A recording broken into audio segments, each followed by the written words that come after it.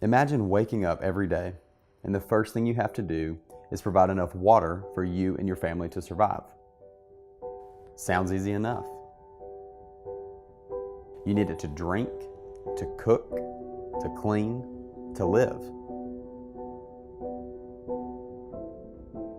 But let's say you live in a country where you don't have access to modern plumbing and you aren't within walking distance of any clean source of water. So what do?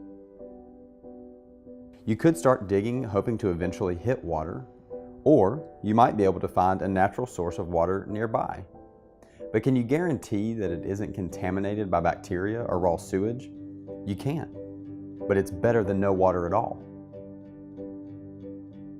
Let's say you get lucky and find water, but it's not close and has to be transported back to the house on foot.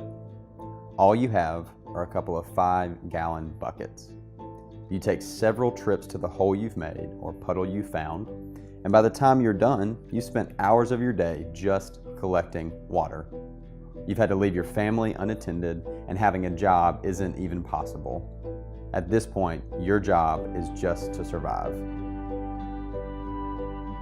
This is a reality for 783 million people across the world. In Africa alone, 40 billion hours each year are spent collecting water. This prevents people from working and creates a cycle of poverty that hinders them from caring for themselves and their families. 1,400 children die every day from illnesses linked to unclean water. That's 58 children every hour. But it doesn't have to be this way.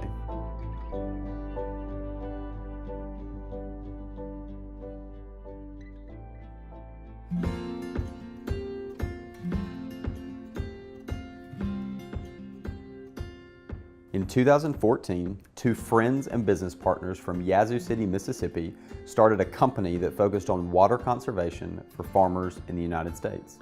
Because of their faith, compassion for others, and success of the business, they set out to change the lives of people without access to clean water.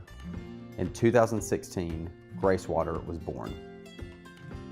Their most recent project took place in Zimbabwe at an orphanage that cared for many children. Workers at the orphanage spent hours each day walking to find a source of water and had to wait in long lines. The lines were so long that some days the water would dry up.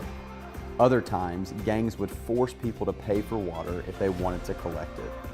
Because of this, the orphanage was consistently lacking a sufficient supply of water.